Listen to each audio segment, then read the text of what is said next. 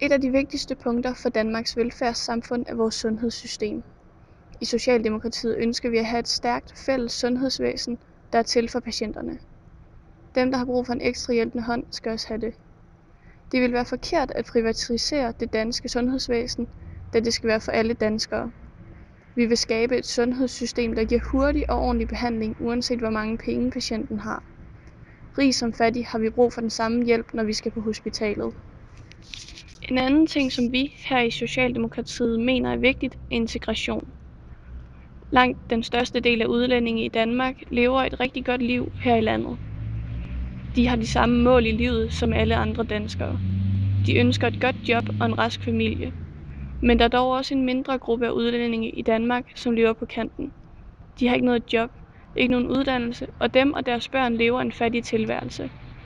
Derfor er det vigtigt at have fokus på dette, da der ikke skal være nogen, som lever sådan i Danmark. Vi vil gå meget ambitiøst ind for at reducere antallet af udsatte boligområder og på samme tid hjælpe nydanske med at få en uddannelse.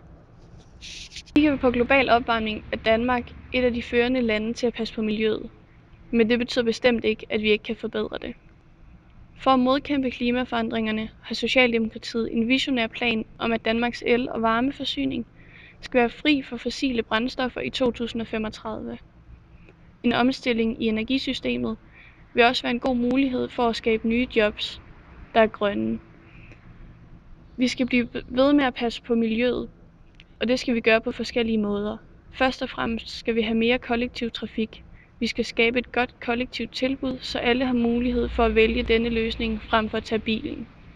Der skal også bygges flere og bedre cykelstier, så denne mulighed også vil blive mere attraktiv for de danske borgere. Vi har arbejdet for frihed, lighed og solidaritet i 140 år, og meget er nået, men der er meget, der skal nås endnu. Derfor arbejder vi videre og kæmper de politiske kampe lokalt, nationalt og globalt.